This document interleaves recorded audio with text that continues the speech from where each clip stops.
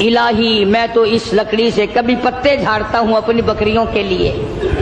ہر نبی نے بکری چرائی, ہر نبی نے بکریاں چرائیں.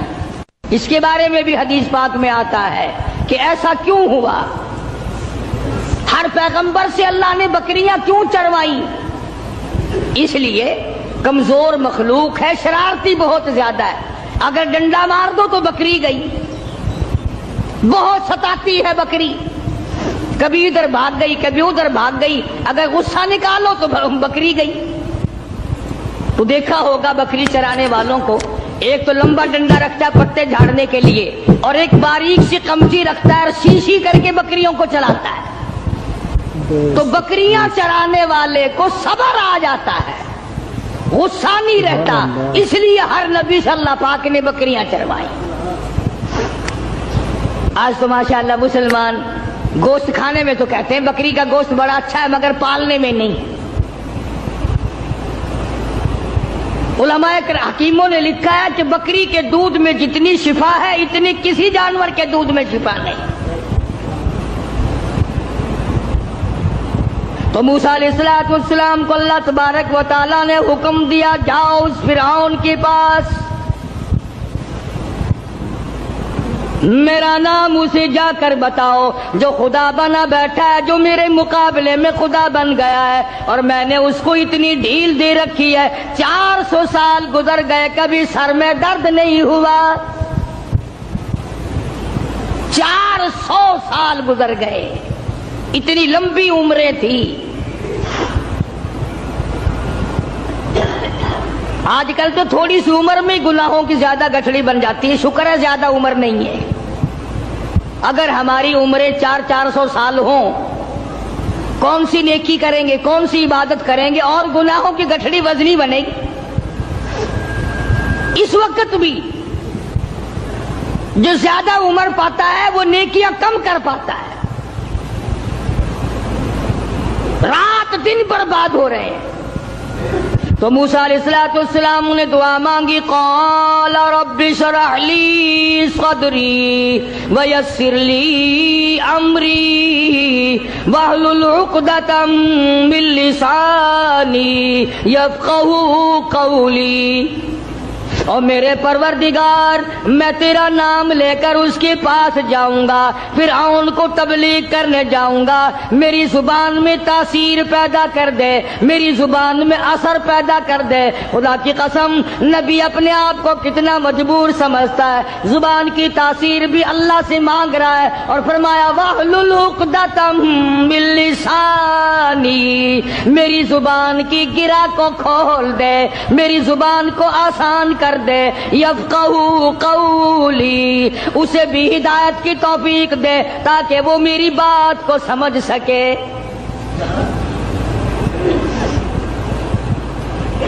کبھی ہم نے بھی دعا مانگی, الہی وہ زبان دے جس سے مجھے مانگنا آ جائے, جس زبان میں تاثیر ہو, تیرے نام لینے کی توفیق ہو.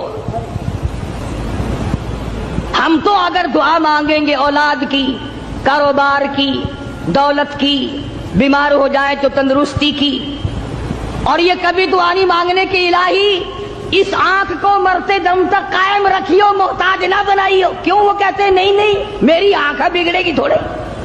ان کانوں کو سلامت رکھنا, ان ہاتھ پاؤں کو سلامت رکھنا, اس زبان کو سلامت رکھنا, کبھی دعا نہیں مانگتا. فرمایا وجعل لی وزیرا من اہلی ہارون, میرے پروردگار میرے بھائی ہارون علیہ السلام کو میرا حمایتی بنا دے, میرا وزیر بنا دے. ہم دونوں جا کر اس کو تبلیغ کریں گے, فرعون کو سمجھائیں گے. وَاجْعَل لِّي وَزِيرًا مِّنْ أَهْلِي هَارُونَ أَخِشْدُدْ بِهِ أَزْرِي وَأَشْرِكْهُ فِي أَمْرِي كَيْ نُسَبِّحَكَ كَثِيرًا وَنَذْكُرَكَ كَثِيرًا إِنَّكَ كُنتَ بِنَا بَصِيرًا. کیا دعا مانگ رہے موسیٰ علیہ السلام؟ الہی میری زبان کو اپنی یاد کی کثرت کی توفیق عطا فرما، میری زبان عادی بن جائے تیری یاد کی، رات کو تجھے یاد کروں، دن کو تجھے یاد کروں، صبح شام تجھے یاد کروں، زبان میری ہو، نام تیرا ہو، دل میرا ہو، یاد تیری ہو، یوں ہی مر جاؤں۔ سبحان اللہ۔ تو سیدنا موسیٰ علیہ السلام جب فرعون کے مقابلے میں گئے تو حکم ملا، دیکھو قربان جاؤں مالک کے کائنات کی بے نیازی پہ تبلیغ کا طریقہ بھی بتلایا۔ خطبہ حضرات کو قرآن کریم سے سیکھنا چاہیے تبلیغ کرنے کا معیار۔ ہم لوگ سیکھتے نہیں ہیں، اس قسم کے الفاظ بولنے شروع کر دیتے ہیں کہ لوگ قریب آنے کے بجائے پرے کو بھاگتے ہیں۔ تم نے کئی خطیبوں اور کئی مقررین کو دیکھا ہوگا، او بے ایمانہ، او بے ایمانہ، یہ کوئی تقریر ہے؟ کسی کو مشرک مشرک کہہ کر کے پکارنا بالکل غلط ہے، قرآن کی اصطلاح کے خلاف ہے۔ اوادائی فقولا لہو قولا لینا لعلہ یتذکر او یخشی، او میرے موسیٰ بڑی نرمی سے بات کرنا، بڑے اخلاق سے بات کرنا، اکڑ سے بات نہیں کرنا۔ اگرچہ حق تمہارے ساتھ ہے، میرا نام تمہارے پاس ہے، میری توحید تمہارے پاس ہے، میرا ذکر تمہارے پاس ہے، لیکن خبردار موسیٰ اکڑ سے بات نہیں کرنی۔ اور کہنے والوں کا کیا قصور ہے؟ اب تو تم سننے والوں کا بھی دماغ خراب ہو گیا۔ جب تک کوئی تقریر کرنے والا کسی مخالف کو دو چار گالیاں نہ دے تمہیں مزہ ہی نہیں آتا۔ یوں کہتے ہیں مسئلہ کھلا ہی نہیں۔ خداوند عالم تبلیغ کرا رہے فرعون کو جو خدا بنا بیٹھا ہے، جس نے ہزاروں نہیں لاکھوں بنی اسرائیل کے بچوں کو قتل کیا ہے، اللہ اکبر، اور زبان ہے کلیم اللہ کی اور احکام ہے خدا کے، پھر بھی خدا تبلیغ کا طریقہ بتلا رہا ہے۔ قولا لینا لعلہ یتذکر او یخشی، میرے موسیٰ بڑی حلیمی سے بات کرنا، بڑے اخلاق سے بات کرنا، بڑے طریقے سے بات کرنا، شاید وہ راہ راست پہ آ جائے۔ قربان جاؤں تیری حلیمی کے میرے پروردگار، جو خدا بنا بیٹھا ہو تو اس کو بھی چاہتا ہے کہ میرے دروازے پہ آ جائے تو میں اسے معاف کر دوں۔ موسیٰ علیہ السلام تشریف لے گئے، فرعون کو جاتے سمجھایا، تبلیغ کی، اللہ پاک کی توحید کا مسئلہ سمجھا دیا۔ وہ ایک ہے، وہ حی قیوم ہے، 1 کروڑ روپے ادا کرنے کے بعد ایک سانس کوئی مول خرید نہیں سکتا، ساری حکومت دینے کے بعد اگر کوئی اپیل کرے الہی او اسرائیل یہ میرا تخت شہنشاہی لے لے، مجھے ایک سانس فالتو دے دے، زیادہ لینے دے، قطعاً ایسا نہیں ہوگا۔ کروڑوں روپے کے بدلے میں ایک سانس نہیں ملتا، پوری تخت و تاج حکومت کے بدلے میں ایک سانس نہیں ملتا۔ جس رب نے یہ نظام بنایا ہوا ہے وہی پروردگار کہتا ہے چلو فرعون کو جا کر ہدایت کرو، بے شک وہ گناہگار ہے، اگر آج بھی میرے دروازے پہ جھک جائے تو میں معاف کر دوں گا۔ سمجھتے ہوں ساری عمر حرام کھاتے جس کی گزری ہے وہ بھی اپنے آپ کو پاک صاف سمجھتا ہے۔ کمال ہے انسان کی بھی، ساری عمر زنا کیا، ساری عمر حرام کھایا، ساری عمر بدماشی کی، ساری عمر جوا کھیلا، شراب پی، اور دوسروں سے پھر بھی اپنے آپ کو کہتا آخر چلو میں گنہگار صحیح پر ان سے تو اچھا ہوں میں اوروں سے۔ یہ ایک بیماری ہے، یہ ایک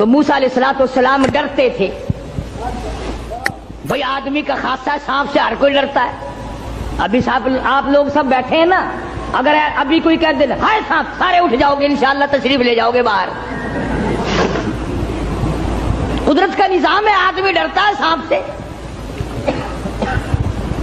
اب آگائی اے میرے موسیٰ, قال خذھا ولا تخف, پکڑی سے اب ڈرنا, پکڑ اس کو. یہ جو تیرا بنایا ہوا, تیری لکڑی کا بنا ہوا سانپ ہے, اس کو پکڑ, ولا تخف, ڈرنا. تو مفسرین نے لکھا ہے کہ موسیٰ علیہ السلام یوں کپڑے میں ہاتھ لپیٹنے لگے وہ کاٹ نہ جائے. اللہ اللہ اللہ اللہ اکبر. موسیٰ علیہ السلام اپنے ہاتھ کو کپڑے میں لپیٹنے لگے کہ پھر پکڑوں گا. آواز آئی سنعیدھا سیرتھا الاولی, گھبرانا, میں اس کو پہلی صورت پہ لے آؤں گا, صرف تیرا ہاتھ لگوانا چاہتا ہوں. لکڑی تو میں بناؤں گا, لکڑی سے سانپ میں نے بنایا, سانپ سے لکڑی میں بناؤں گا, صرف تیرا ہاتھ لگوانا چاہتا ہوں, اس لیے کہ بظاہر مقابلہ تیرا اور فرعون کا ہے, ذات میری کا مقابلہ ہے. تو موسیٰ علیہ السلام نے ذرا سا ہاتھ لگایا, وہ پھر لکڑی بن گئی. اب ایک بات سمجھے آپ, فن والا فن کو سمجھتا ہے, دوسرے کو پتہ نہیں چلتا. اب جادوگر جو تھے فرعون کے, انہوں نے جب دیکھا کہ ہمارے بنائے ہوئے سانپ جو تھے وہ سارے کھا گیا, لکڑی تھی, لکڑی کا سانپ ہمارے سامنے بنا, اور سانپ کی پھر لکڑی ہمارے سامنے بنی, تو سمجھ گئے کہ یہ ہمارا مقابلہ جادوگر سے نہیں. فرعون کے جادوگر یہ سمجھ گئے کہ ہمارا مقابلہ جادوگر سے نہیں, نبی سے ہے, خدا کے نمائندے سے ہے. ہمارا مقابلہ فن سے نہیں ہے. جادوگر سمجھ گئے کہ موسیٰ علیہ السلام جادوگر نہیں, اس کے پیچھے کوئی طاقت ہے جو کام کر رہی ہے.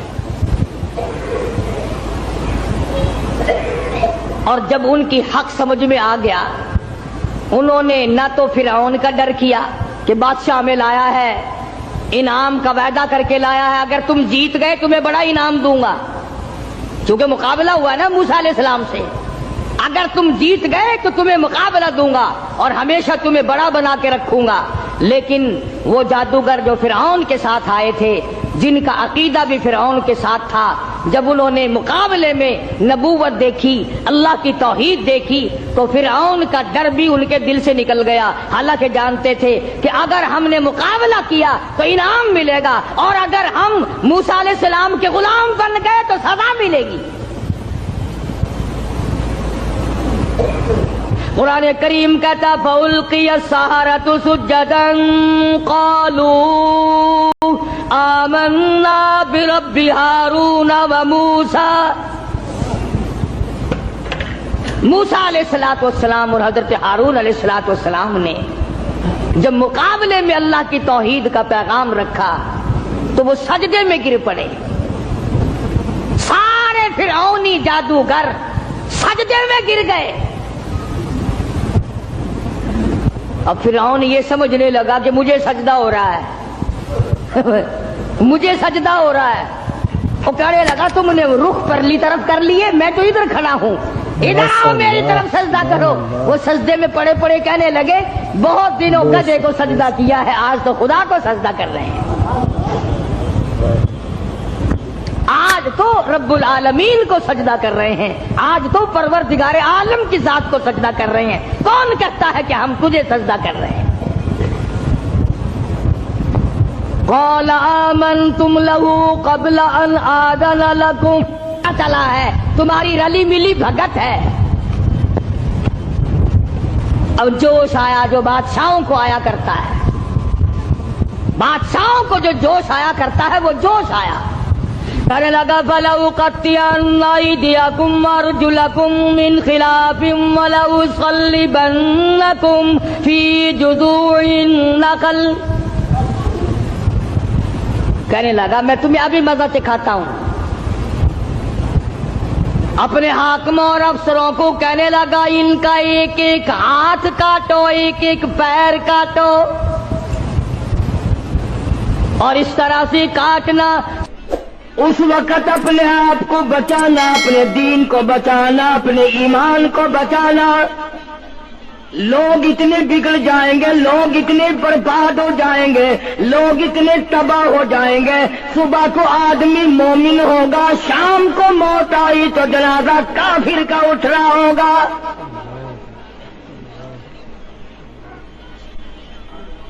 ارشاد فرمایا محمد عربی صلی اللہ تعالی علیہ وسلم نے، او لوگوں،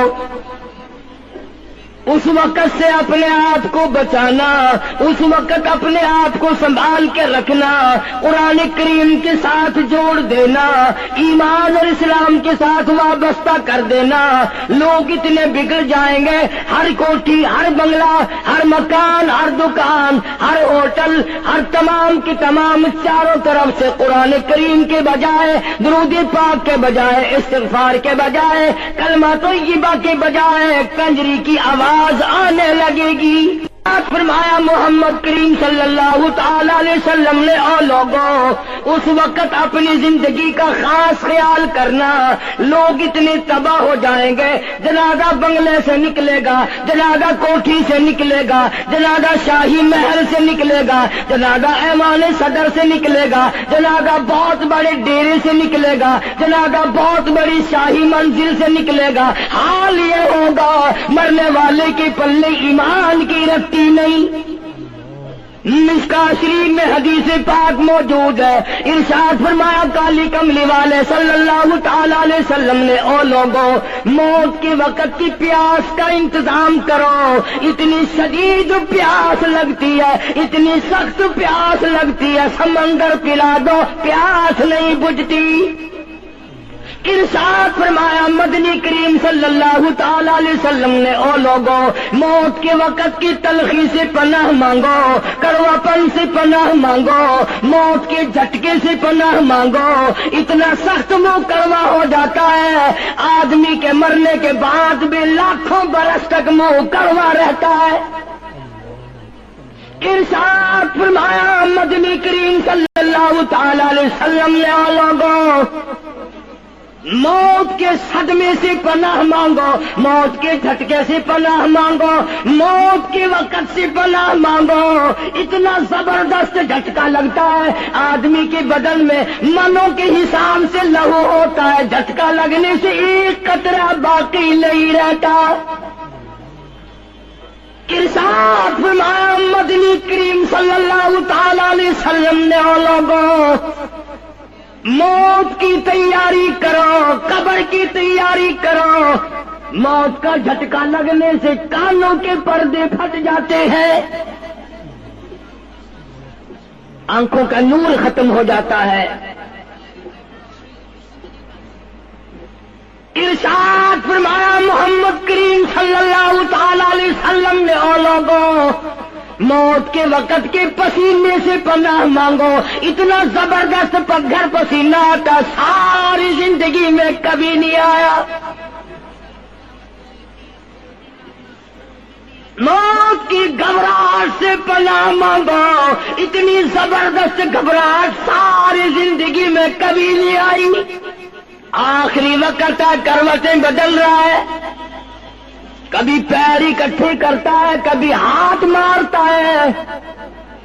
بیٹا بھی ہے، الجھن ہے، بے قراری، پریشانی ہے. آخری وقت ہے، بیٹی نے پوچھ لیا ابا جان کیا تکلیف ہے؟ کہتا لگتے جگر، کھانسی نہیں، درد نہیں، پیڑ نہیں، بخار نہیں، سانس لیتا ہوں ایسا معلوم ہوتا ہے ہزاروں کانٹوں والی ڈھنگریوں کے اوپر سے گھسٹ کے سانس آ رہا ہو. کلو نفس ذائقۃ الموت، ہر ایک نے موت کا ذائقہ چکھنا ہے، ہر جاندار نے موت کا ذائقہ چکھنا ہے۔ صحابہ کرام نے سوال کر دیا جناب محمد عربی صلی اللہ تعالی علیہ وسلم سے، کالی کملی والے آدمی کی جان کیسے نکلتی ہے؟ فرمایا ریشمین کپڑا لے لو، خاردار جھاڑ پہ ڈال دو، پلہ پکڑ کے کھینچ لو، جیسے وہ تار تار ہو جاتا ہے آدمی کی یوں رگوں کو توڑ کے رکھ دیا جاتا ہے۔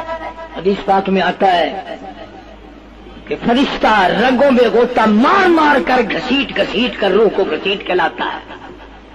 والنازعات غرقا، قسم ہے ان فرشتوں کی جو روح کو رگوں میں سے غوطہ مار مار کر گھسیٹ کر لاتے ہیں۔ آج میری تیری کیا مجال ہے، کیا جرت ہے؟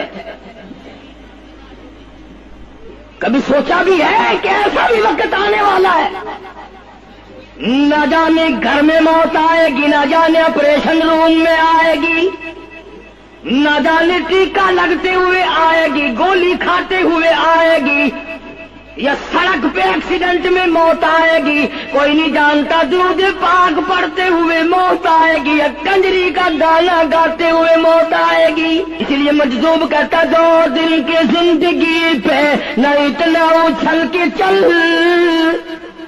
2 دن کی زندگی پہ نہ اتنا اچھل کے چل، یہ راستہ ہی چل چلاؤ کا ہے، ذرا سنبھل کے چل۔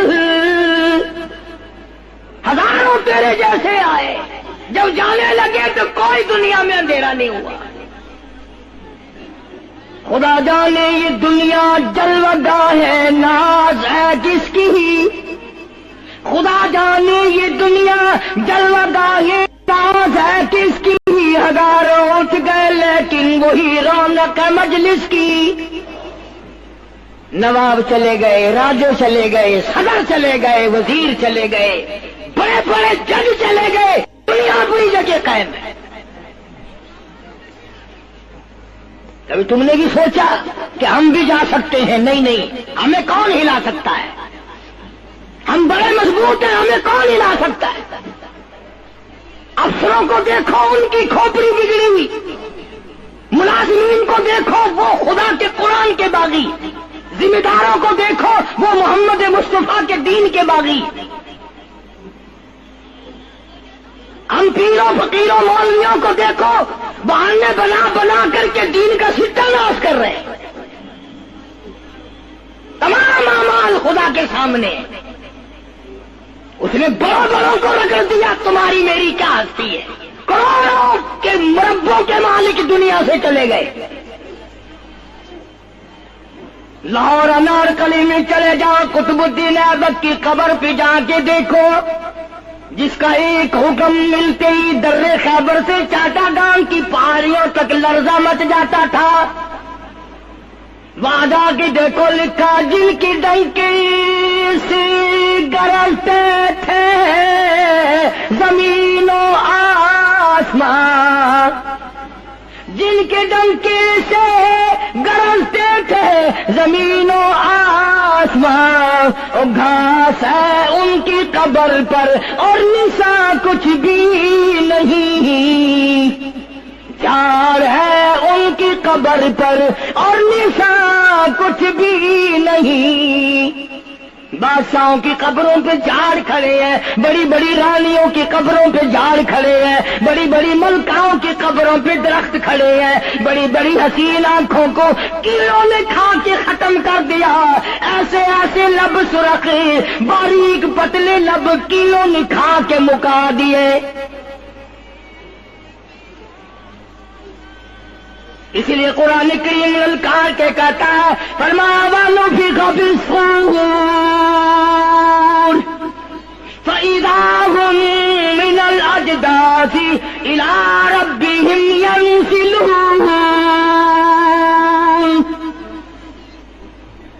جب قیامت کا سور پھونکا جائے گا، ہر آدمی اپنی قبر سے نکلے گا، کہیں گے قالوا یا ویلنا من بعثنا من مرقدنا هذا ما وعد الرحمن وصدق المرسلون۔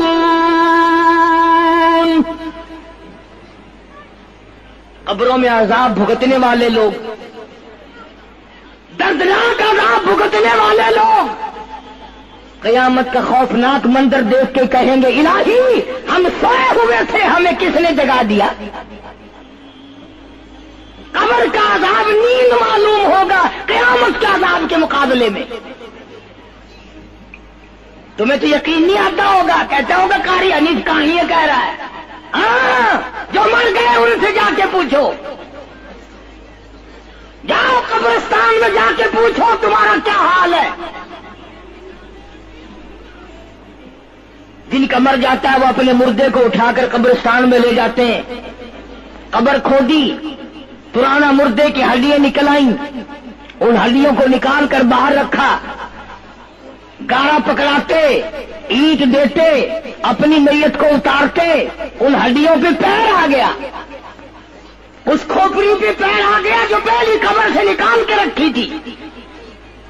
کہتا اس میں سے آواز آئی کھوپڑی میں سے، کہتا ٹل پائی کاش ہے سر پر جو آ گیا، یکسر استخانہ شکستہ سے چور تھا، اور جو کھوپڑی پیر کے نیچے آئی اس میں سے آواز آتی ہے ذرا راہ دیکھ کے چل اور بے خبر، کل میں بھی تیری طرح سرے پر غرور تھا، اور پیر کے نیچے چور چور کر دینے والے، کل اس کھوپڑی پہ بڑے اچھے اچھے دوپٹے اوڑے جاتے تھے، عطر کی مالش کی جاتی تھی، ہار ڈالے جاتے تھے، آج تیرے پیر کے نیچے آ کر میں چور چور ہو گیا ہوں، کل کو کسی کے پیر کے نیچے تو یوں ہی چور چور ہو جائے گا۔